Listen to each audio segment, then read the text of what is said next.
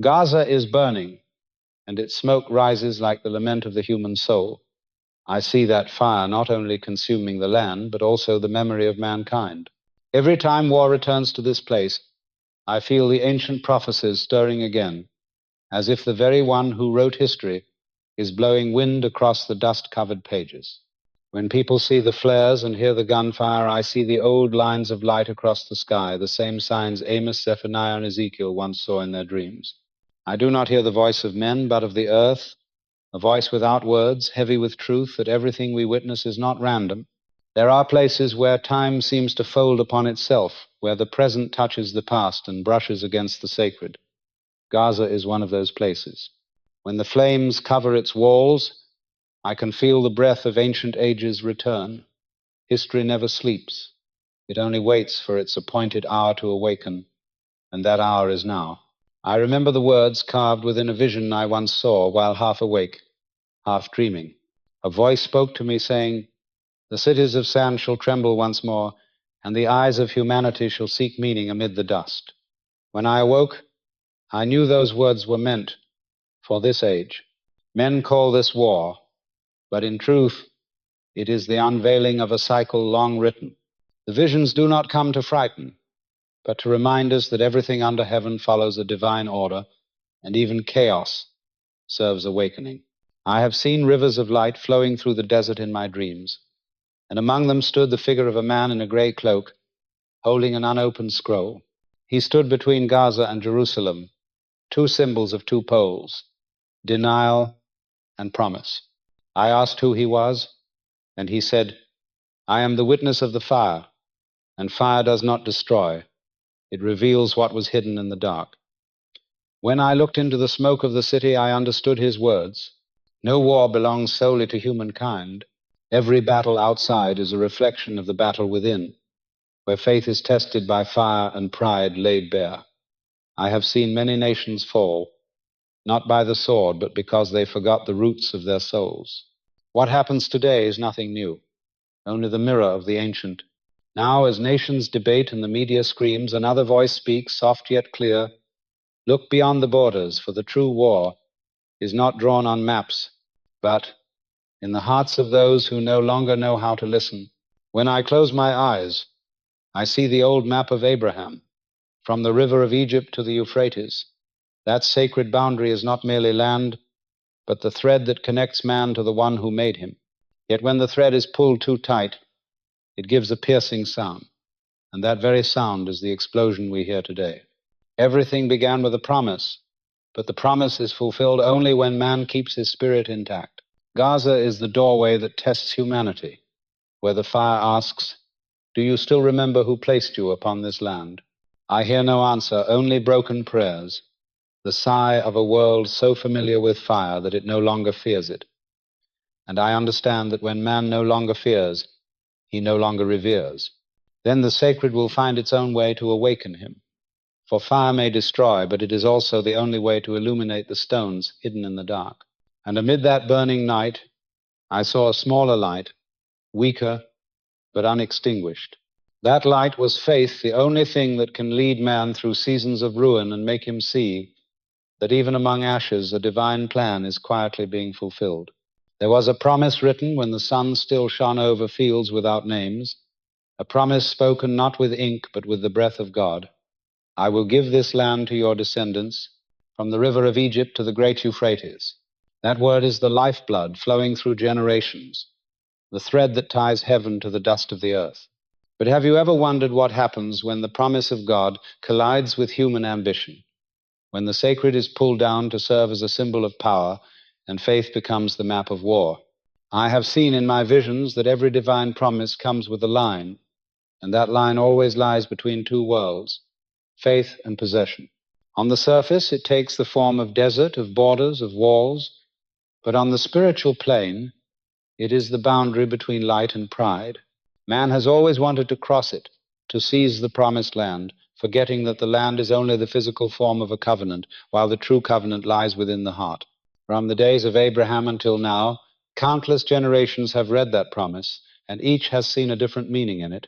Some saw territory, others saw mission, and those who understood deeply knew it was a reminder of the journey back to the self. When I looked west across the desert, I saw a fragile boundary, like a crack running between two layers of time. On one side was promise, on the other, trial. On one side, faith, on the other, power. And in between stood man, trembling, unsure where he belonged. They have called that line by many names: Palestine, Israel, Philistia, the frontier of myth. But in the eyes of the soul, all are but a single line of sand drawn by an unseen hand. Each time humanity forgets the old lesson, that hand redraws it to remind them that no land can belong to anyone whose heart does not belong to God. I remember seeing in a vision two figures standing at opposite ends of that sand line, both gazing in the same direction, yet their eyes saw differently. One saw promise, the other saw spoils. One saw covenant, the other saw opportunity. And I realized it was that difference in vision that gave birth to every war. When a sacred promise is misunderstood, it becomes a slogan, and when a slogan is shouted, blood will follow. Have you ever asked yourself where your true boundary lies? It is not between nations, but between two states of being, trust or fear. The one who trusts needs no border, the one who fears must build walls. What is called the promised land is only a metaphor for something greater, an inner land where the soul no longer wanders, where man ceases to search for God outside and learns to hear him within. But man refuses to learn this lesson. He still seeks to claim, to prove, to possess what can never be possessed. He forgets that Abraham, the first to receive the promise, lived as a wanderer, owning no land for a permanent dwelling, for he knew the true land was faith. As he walked, the land followed him. It was not he who conquered the land, and that is the secret the world has forgotten. When you look upon political maps, with their crooked lines and broken shapes, remember that all of it is temporary. The true border lies within the collective consciousness of humankind. When that consciousness divides, the land divides. When it returns to oneness, the land will find peace again. Therefore, every war outside is not merely a matter of governments, but a reflection of humanity's inner spirit. Every bomb is the echo of an unreconciled heart. I saw this clearly in a dream where rivers of light flowed across borders and dimmed where men ceased to pray. Once, the promise made men bow their heads in gratitude. Now it makes them lift their heads in demand.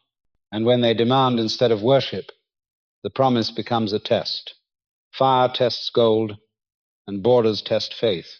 When we choose to stand on the side of power, we step away from the light of the promise. But if we choose to believe, needing to possess nothing, holding only to honesty before the sacred, then wherever we stand becomes the promised land. I ask you, amid the noise of the world, on which side of the line do you stand? Are you defending land, or are you guarding your soul? For in the end, only one thing will remain, not borders, not maps, but your answer to the one who placed you in this world. Do you still remember my promise? Amos once saw fire crawling across the stones of Gaza, and he wrote that it would consume her fortresses until nothing remained. I have seen that fire too, though not with the eyes of the flesh, but in a vision that burned quietly within me, a light that did not destroy, but revealed.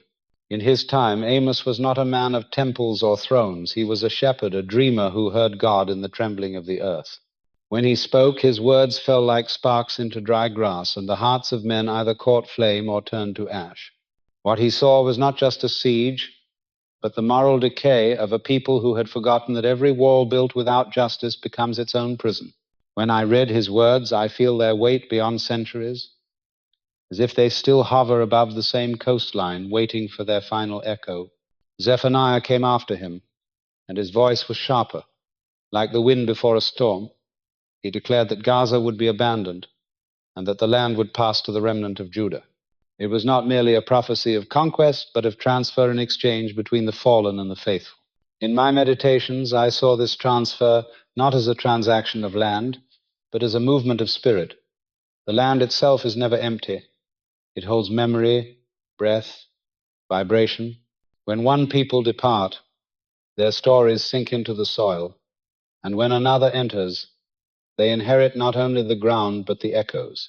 Zephaniah's vision, therefore, was not about ownership but about stewardship. He saw the coast cleansed, the arrogance of those who believed themselves invincible brought low, and in the silence that followed, a new people learning again the humility of being chosen. Zechariah, the poet among prophets, added another chord to this sacred chorus. He saw Gaza trembling, the king of Gaza perishing, and a foreigner dwelling in Ashdod. These are not mere geopolitical details, they are spiritual symbols. Gaza's anguish is the awakening of the human conscience. The death of her king is the fall of pride, and the foreigner who takes residence is the unexpected arrival of grace, where once there was hostility. Each prophecy is a mirror for the other, forming a pattern that stretches like the threads of a divine loom. If Amos announced destruction, Zephaniah promised inheritance, and Zechariah revealed transformation. Three movements of one symphony: fire, silence, and renewal. When I entered trance and listened to the current of these names, I felt as if the same spirit breathed through them all, one eternal breath reshaping history through repetition. The land of Gaza, once called Philistia, was more than a location. It was a lesson written in dust and sea. The Philistines, proud and skilled in iron, represented mankind's confidence in its own power. They believed their mastery of metal made them unassailable. But the prophets saw beyond that illusion. Iron could forge weapons, but not righteousness. They knew that when a people's heart turns from God, their strongest walls become gateways for their enemies. And when I look at the ruins of Gaza today, I do not see victory or defeat. I see the continuity of the same lesson being taught again, each generation stubbornly refusing to learn it. In the silence after destruction, I imagine Amos walking through the ashes, whispering to the wind, "Do you still hear their songs?" The wind would answer yes, for no song ever truly dies. It only changes key. The land itself hums with memory, with the rhythm of ancient vows and broken covenants. Zephaniah's words about the remnant of Judah speak not of domination, but of survival. The miracle that the chosen are not those who conquer, but those who endure, who remain faithful when everything else collapses. It is the remnant who rebuild, who plant vineyards on scorched ground and teach their children to sing again. I have often wondered why the prophets spoke so much of fire. Fire is both punishment and purification, both ending and beginning. When they said the Lord would send fire on the walls of Gaza, they were describing the divine process that repeats across all ages, the burning away of arrogance, the cleansing of corruption, the return of light to its rightful place. What the world calls tragedy, heaven may call transformation. The flames of Gaza, ancient or modern, are reflections of the same flame that once touched Isaiah's lips, the same light that appeared as tongues at Pentecost. Fire is not the enemy. It is the instrument that reveals what cannot be destroyed. In this way, the prophecies of Amos, Zephaniah, and Zechariah converge into one message that destruction is never final when God's purpose is still unfolding. I see it now, the chorus of the prophets rising like a wave of sound over the centuries, each voice layered upon the last, their words weaving light into the dark fabric of history. They speak still to those who will listen, reminding us that no wall stands forever, no empire endures beyond its time, and that every fire, no matter how fierce, leaves behind a trace of holiness in its ash. When I close my eyes and look into the ancient current of time, I see the glow of iron, the shimmer of a new age dawning in the hands of men who thought themselves gods. The Philistines had learned the secret of the forge, the transformation of ore into blade, of metal into dominion. It was not simply technology, it was the moment when humanity first believed it could shape its own destiny without the need of heaven. I have seen this pattern repeat through every civilization since the rise of the clever and the fall of the faithful. In those days, Israel fought with bronze, a softer, humbler metal.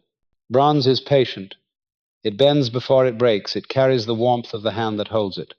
But iron is cold. It bites, it cuts, it reflects no face but its own. The Philistines carried iron as men now carry certainty. They trusted in the hardness of their weapons, in the brilliance of their minds, and forgot that the hand which wields must also bow. And so the Lord allowed them to remain. That is what many never understood. The Philistines were not an accident. They were a mirror held before Israel. God left them there, not to punish, but to test, so that every generation might learn war, not the war of nations, but the inner war, the conflict between pride and obedience. The Iron Age was not about weapons, it was about revelation. It asked, who will you become when you have power? I remember a vision that came to me in the stillness of early morning, when the boundary between dream and spirit dissolves.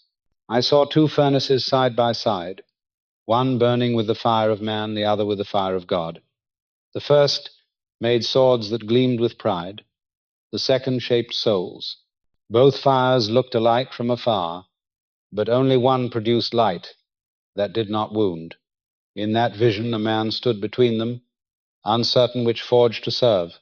That man was Samson. Many read his story as tragedy, but I see it as prophecy in human form, the tale of strength born from consecration and strength lost through blindness. Samson was a judge, but before that he was a riddle, a living question about what happens when divine purpose meets human desire. He was given power not as reward, but as burden. His hair was his covenant, his unseen tether to heaven. But he walked among the Philistines, drawn not by their gods, but by their glittering confidence. I have seen the same look in modern eyes, the fascination with what seems sharper, faster, more advanced. Samson fell, not because Delilah deceived him, but because he mistook intimacy for trust, and forgot that power without purity is self-consuming. When the Philistines captured him, they did not just blind his eyes, they exposed the blindness already within him. They bound him to the mill, the wheel turning endlessly, a perfect image of humanity's own cycle of pride and downfall. I once dreamed of standing in that temple, not as a prophet, but as a witness. The laughter of the crowd was deafening, but beneath it I heard another sound, a low hum, the vibration of the pillars themselves as if they waited for release. Samson, broken and sightless, touched the columns and whispered not in anger but in surrender. He asked for one more breath of the old strength, not to prove himself, but to complete what had been left undone. The roof collapsed, and in that fall there was a kind of justice, not born of vengeance, but of equilibrium restored. The proud fell, the blind saw, and the lesson of iron was fulfilled, that every technology, every empire, every weapon forged in arrogance will one day crush its own temple. I have walked through the ruins of such temples in visions. Babylon, Rome, modern cities lit by the glow of artificial suns, and the same hum remains beneath the ground. The wheel of the mill still turns. Humanity is still grinding at the same stone, mistaking motion for meaning. Yet, even in the monotony, there is mercy. The test remains because we have not yet passed it. God still leaves the Philistines among us, not as enemies of flesh, but as patterns of thought, systems of pride, illusions of control. Each age has its own iron, and each person must decide what to forge from it. Will it be a blade or a plowshare, a chain or a key? The lesson of Samson is not simply about sin or redemption. It is about recognition. He saw only after he was blind. He understood only when everything was taken from him. And perhaps that is why God allows the test to stay, so that even in our failure, we might remember what it means to depend again. The furnace of the world still burns, and the hands of men still strike the anvil. But above the sound of hammer and flame, I hear a softer voice saying, learn from iron not to conquer, but to be tempered. For strength without surrender is only another form of bondage, and the truest victory is not in breaking others, but in letting oneself be remade. The vision came to me in silence so complete that even thought seemed distant. I was carried not by dream, but by a current that moved beneath the visible world. When my eyes opened in spirit, I stood in a valley without horizon, a hollow of dust and bone stretching farther than sight could reach. The air was still, yet heavy with memory, as if every fragment of bone held a forgotten prayer. I knew without being told that this was Israel, not the nation of maps and borders, but the soul of a people scattered, divided, emptied of breath. The bones lay bleached and brittle, countless as the stars once promised to Abraham, but now lifeless beneath a sky without color. A voice asked me, not in sound but in knowing, "Son of man, can these bones live?" The question was not for information. It was a summons to faith. Logic answered no, but reverence whispered, "Lord, only you know." The ground beneath me pulsed as though creation itself awaited permission. Then came the command, "Prophesy to these bones. Speak to what is dead, as if it can still hear." I opened my mouth and spoke words that did not belong to me. As I did, a trembling began. It was faint at first, like the quiver of air before a storm, but then the valley shook with the music of resurrection.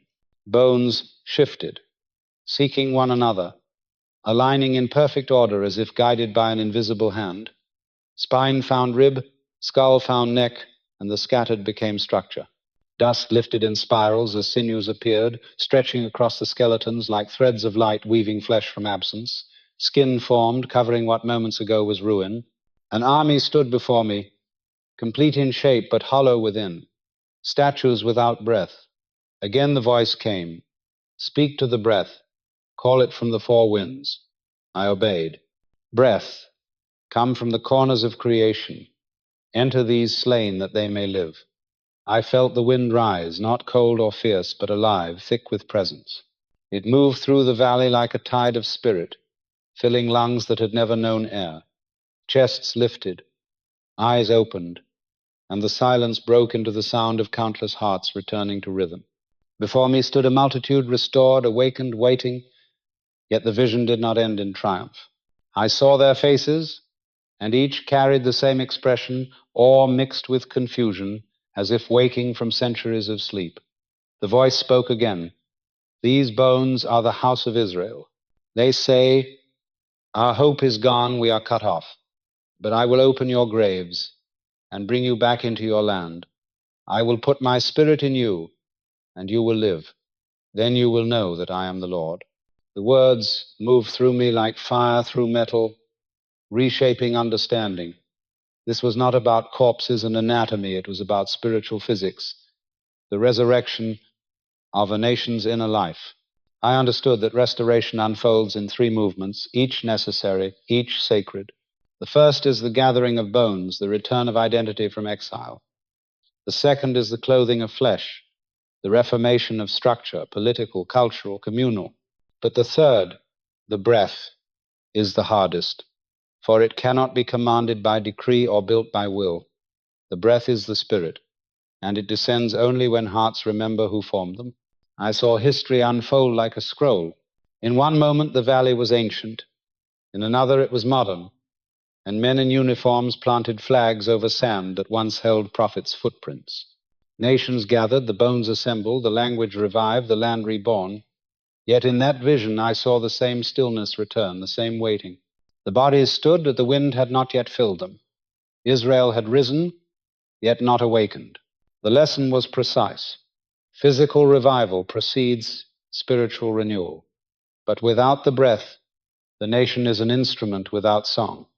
I asked silently, "When will the wind come?" The answer came as a pulse of light, not a sentence. When the heart is ready to love more than to prove, I understood that the valley was not only Israel's, it was humanity's. Each generation builds its body, its cities, its systems, its machines, but the spirit still waits at the edge, uninvited. The bones are our institutions, the flesh our progress, but the breath is what we have forgotten to call. I saw faces from every land, not just one people, all standing in the same valley, all with the same vacancy in their eyes, and I knew that Ezekiel's vision was universal. It was the story of every soul that once burned with belief and later cooled into routine. The bones live again when the spirit returns, and the spirit returns when we speak to it with faith, not fear. As I left that valley, the wind still circled behind me, carrying whispers like the murmur of leaves before rain. It was saying the same word again and again, a word older than language, a command and a promise at once. Breathe. The breath does not come with noise. It does not descend like thunder or blaze like fire. It comes as a tremor under the ribs, a warmth that moves through the chest, unseen but undeniable. I have felt it, That same current that once hovered over the waters before the world began, it is the breath that Jeremiah spoke of when he said, "I will write my law upon their hearts, and they shall be my people." Jeremiah did not see tablets of stone or scrolls of commandment. He saw the return of intimacy between Creator and creation, the restoration of what had been mechanical into something living again. That is the mystery, the law becoming pulse, the command becoming compassion. Joel foresaw it too, though he spoke with fire. "I will pour out my spirit upon all flesh. Sons and daughters shall prophesy. Elders shall dream dreams." The Spirit of God would not be confined to priests or prophets, but would flow like air, accessible to every lung that still believes. What Joel saw was revolution, not of power, but of perception. When Spirit is poured, the boundaries dissolve. Old and young, master and servant, male and female, all inhaling the same breath. That prophecy has never lost its edge. I saw it in a vision once, not as flames upon heads, but as light moving beneath skin, the kind of radiance that cannot be borrowed or imitated. The breath does not discriminate. It enters where it is welcomed. When I looked closer, I saw that this outpouring was not limited to Israel, for the divine does not deal in nationality, but in resonance. The Spirit responds to frequency, not flag. It moves wherever a soul is ready to be hollowed out so it can be filled. I remembered Paul's words, those he wrote in a trembling hand from the heart of empire. The letter kills, but the Spirit gives life. He had learned the difference between knowing the Scriptures and being known by the God who breathed them.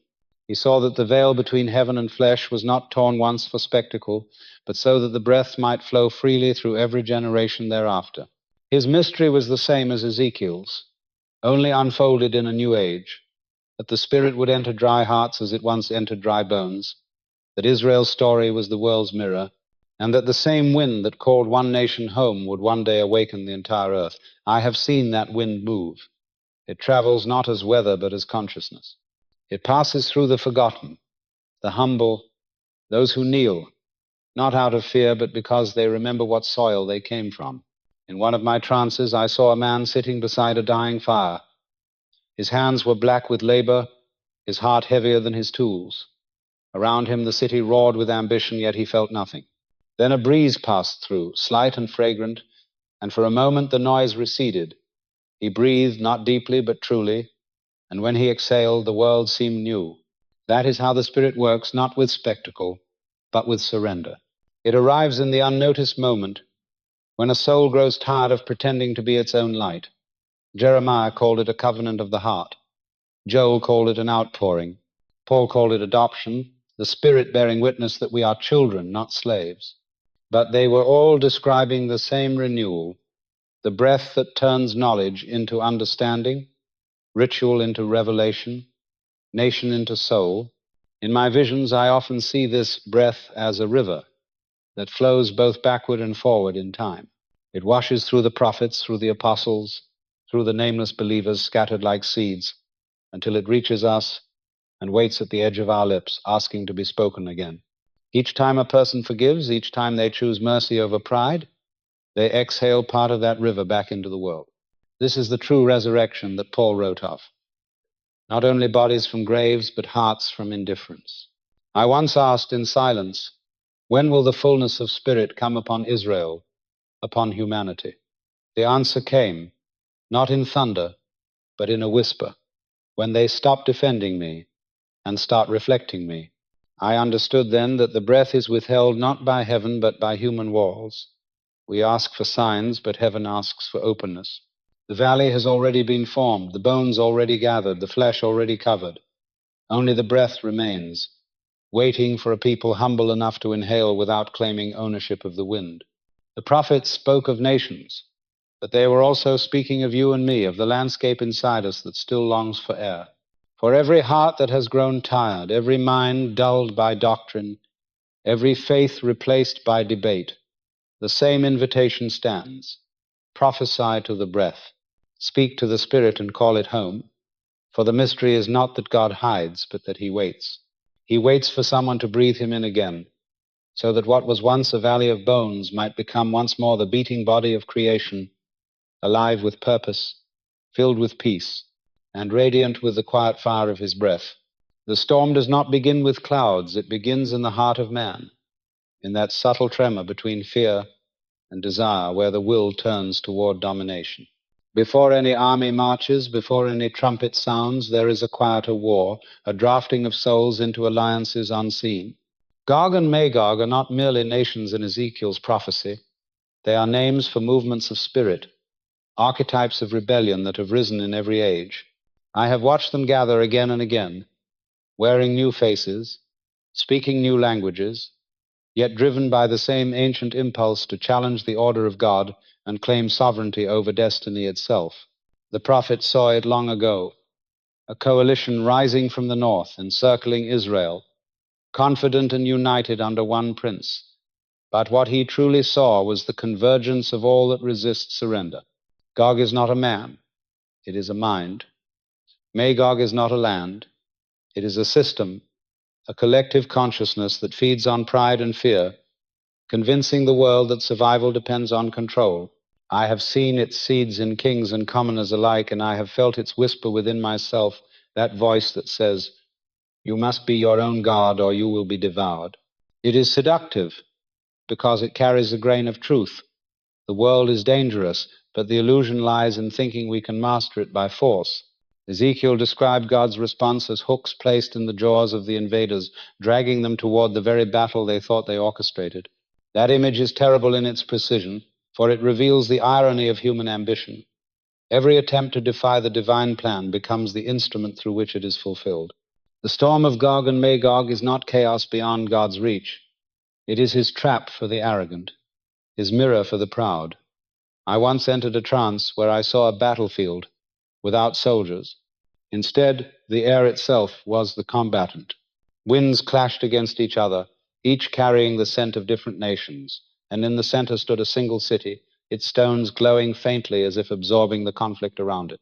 That city was Jerusalem, not as geography, but as symbol, the axis where heaven and earth intersect, the place where human will meet divine purpose. The winds grew violent, circling it like wolves, but the light within did not waver. Then I heard the voice that spoke to Ezekiel. "I will bring them against my land, so that the nations may know me."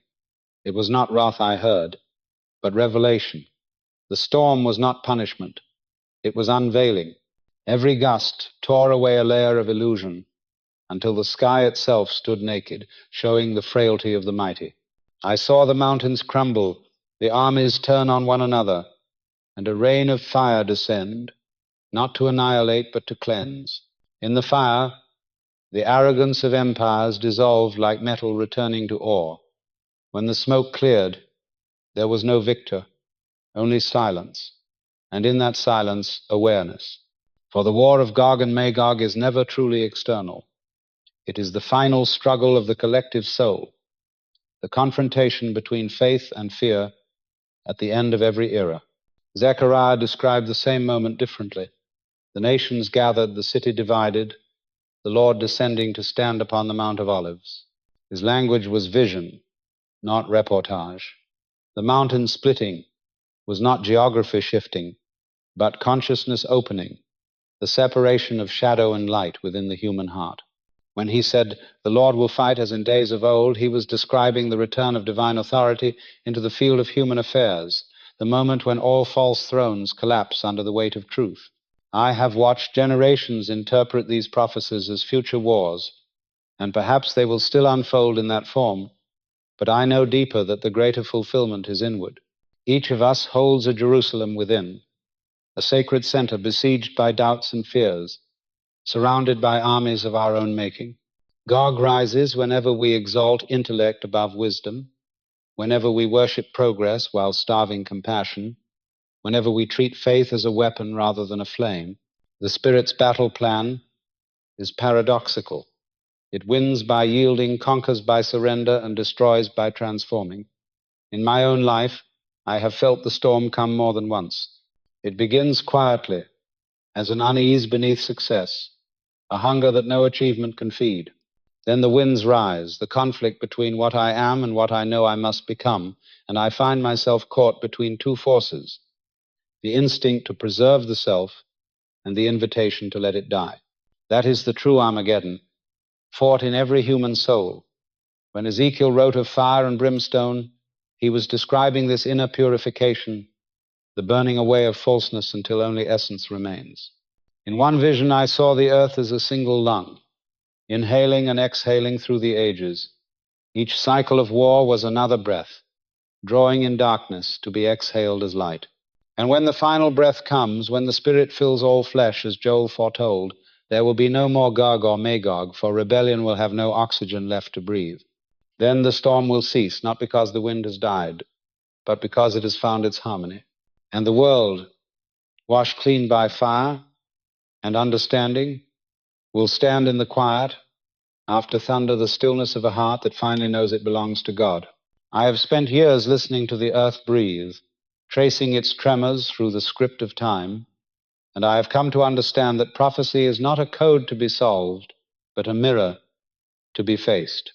The final revelation does not arrive with thunder. It unfolds like dawn, slowly, inevitably, touching the edges of those willing to see.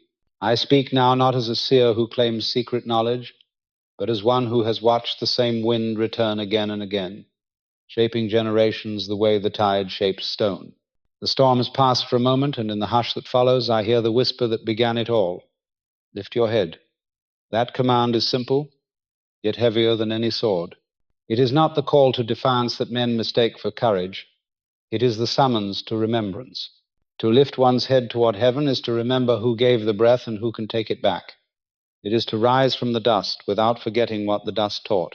In every age, people have looked for the end of the world, but the greatest secret is that the end is a beginning wearing a different face. The prophecies are not written to terrify, but to awaken.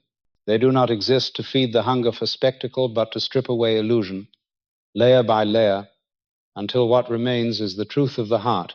When Jesus said, "When you see these things begin to happen, stand up and lift your heads, for your redemption draws near," he was not speaking to armies or scholars. He was speaking to those who had grown weary, to the ones bowed by despair, to the souls who forgot that light is not born from peace but from pressure. To lift your head is to declare that despair will not define you, even when the world collapses.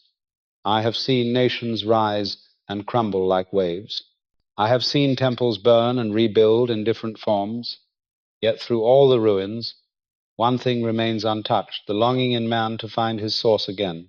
That longing is the unbroken thread connecting Eden to Revelation, the same pulse that moved Abraham to leave his land, that drove Moses up the mountain, that raised Ezekiel among the bones, that set the apostles aflame. It is the voice of the soul remembering its origin, saying, "I was not made for fear." When I look at the faces of men today, divided, exhausted, drowning in information, yet starving for meaning, I see that longing burning quietly behind their eyes. They do not know what they seek, but they know that what they have is not enough. And so the Spirit still walks among us, not in visible form, but as restlessness, the sacred dissatisfaction that keeps humanity from settling for comfort over calling.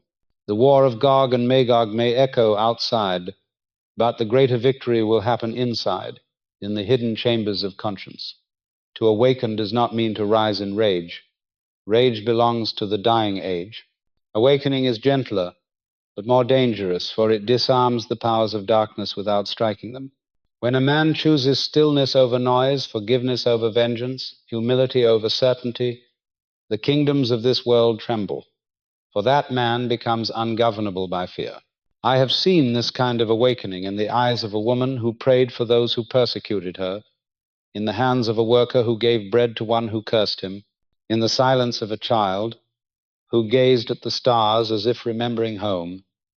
These are the unseen victories that keep the world from collapsing entirely. The final battle is not fought on soil or sky. It is waged in the field of perception. It is fought each time the mind chooses faith over cynicism, love over despair, truth over convenience. And when enough hearts awaken, the storm will lose its fuel, because the storm feeds on blindness. As I stand here, with the memory of all I have seen, temples, tombs, valleys, bones, and breath, I realize the purpose was never to predict the inevitable, but to call the soul to responsibility. Every prophecy is an invitation to participate, to decide what part of the script you will embody, the destroyer or the healer, the echo or the answer.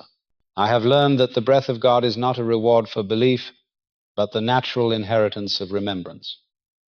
When you remember, you breathe. When you breathe, you live again. And so, I tell you, lift your head. Look beyond the smoke and the arguments, beyond the ruins of your certainties. There is light still coming from the east, the same light that began the world. It waits not for nations or leaders, but for the single heart ready to open. The end of the age is not the death of hope. It is the unveiling of it. It is the moment when humanity, stripped of its illusions, finally stands face to face with its Maker and recognizes the reflection. In that instant, every prophecy finds its fulfillment, not in fire or stone, but in understanding. And when that understanding dawns, the world will exhale as one body, and the voice that began everything will speak once more, soft yet infinite. You were never lost, only asleep. Wake, my children. The dawn has always been yours.